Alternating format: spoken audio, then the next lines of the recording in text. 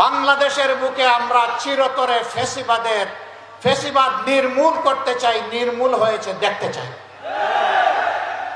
উত্তর জনপদের প্রিয় নেতা কলিজার টুকরা এটিএম আজহারুল ইসলাম দুঃখজনকভাবে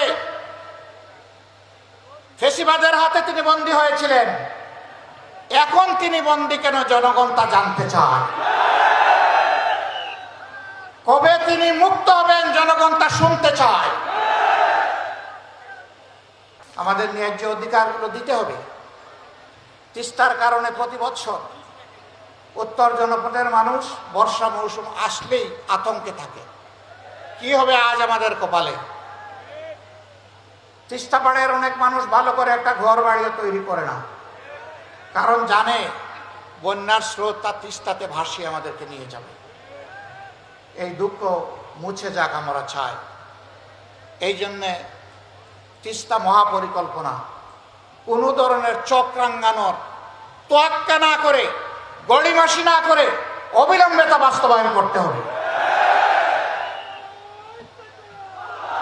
ব্রিটিশ আমল থেকে এখানে এয়ারপোর্ট ছিল,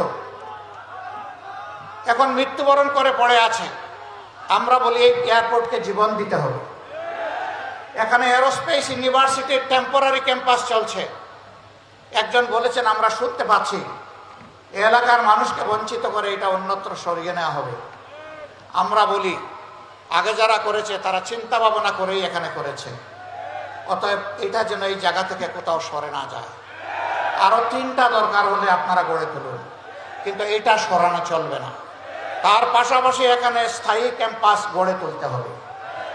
যে কোনো নির্বাচনের আগে অবশ্যই 2টি কাজ সম্পন্ন করতে হবে। একটি হচ্ছে খুনিদের বিচার, এ বিচার দৃশ্যমান হতে হবে। আরেকটি হচ্ছে প্রয়োজনীয় সংস্কার। এই 2টা ছাড়া বাংলাদেশের জনগণ কোনো নির্বাচন মেনে নেবে না।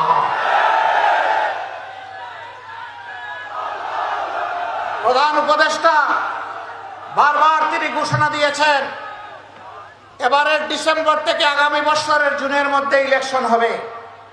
আমরা প্রধান উপদেষ্টাকে বিনয়ের সাথে বলবো, আমরা ইলেকশন চাই, আমরা সুষ্ঠু নির্বাচন চাই।